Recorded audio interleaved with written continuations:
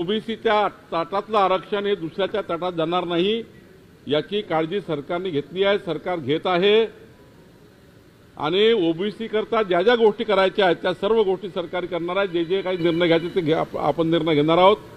10 तारखेला 11 वाजता जी माझ्या अध्यक्षतेखाली माननीय भुजबळ साहेब त्या ठिकाणी माझ्यासोबत आहे, पंकजाताई मुंडे आहेत, माननीय आमचे दत्ता भरणे जी आहेत, आमचे गुलाबराव पाटील आहेत आणि आम्ही 6-7 जे मंत्री आहोत ही कॅबिनेट सब कमिटीची उपसमितीची बैठक ही 10 तारखेला 11 वाजता मी बोलवलेली आहे।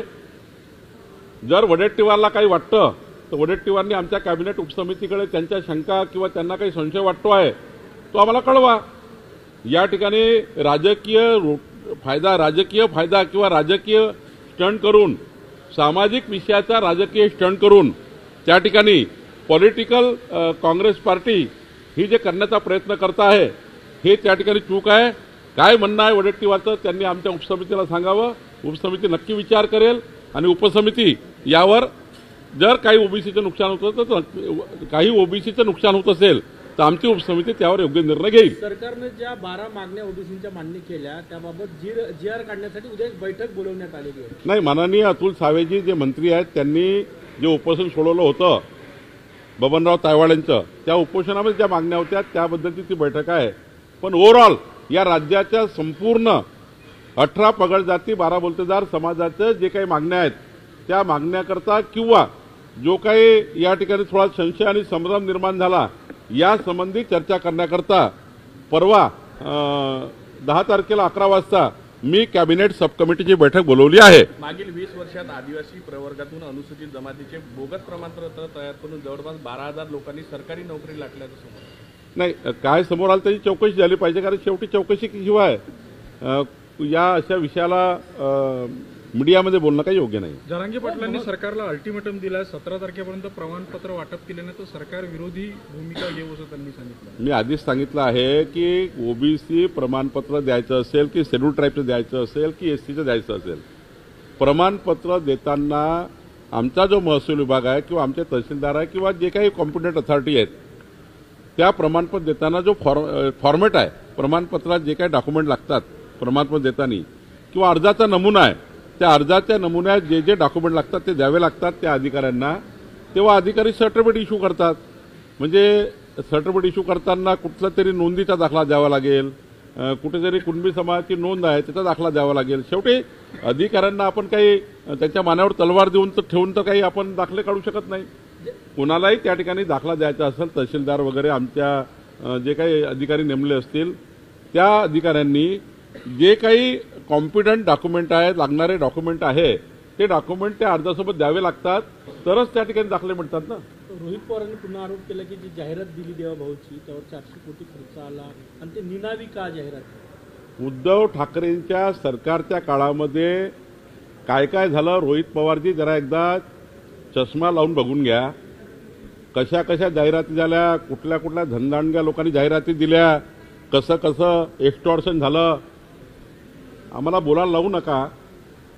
देवेंद्र फडणवीसजींच्या प्रेमापोटी एखादी जाहिरात पेपरमध्ये येणे यांचं का पोट दुखत आहे।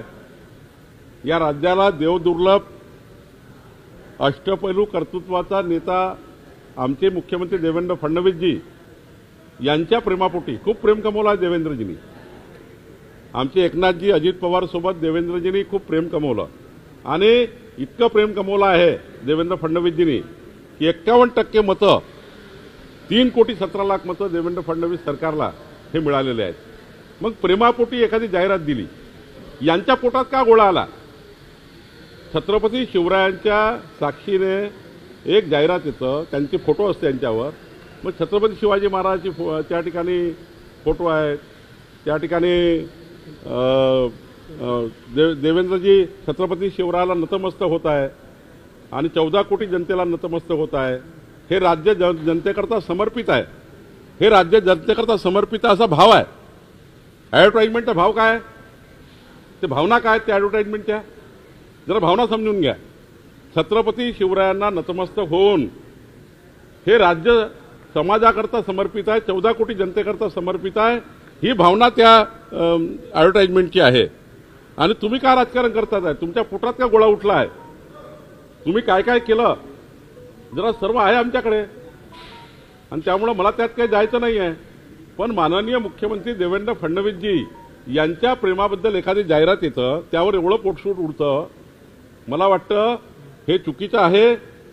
एक नाही 1000 जाहिराती येतील. देवेंद्र फडणवीसजींनी एवढं कमवलं आहे, आणि त्यामुळे राज्याकरता देवेंद्र फडणवीसजी एक कर्तृत्ववान नेतृत्व आहे. आणि त्यामुळे मला असं वाटतं की या जाहिराती अनेक लोकांनी दिल्या तरी आणि काय गरज आहे.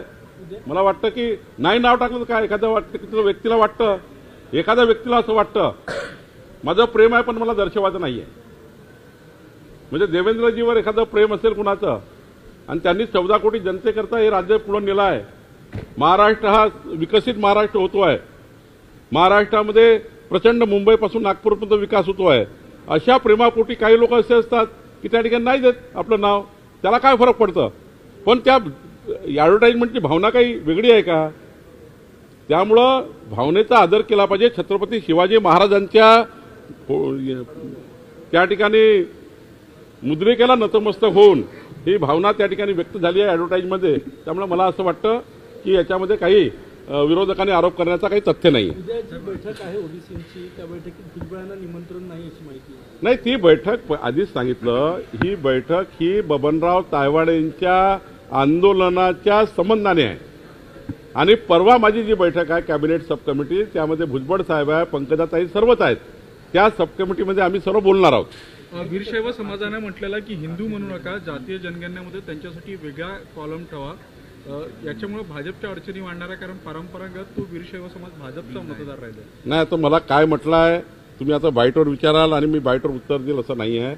मीडियामध्ये मला समजून घेऊ द्या. कारण लिंगायत समाज असेल, वीरशैव समाज असेल, या समाजाशी मी त्या ठिकाणी चर्चा करेल. काय म्हणणं ऐकून घेईल.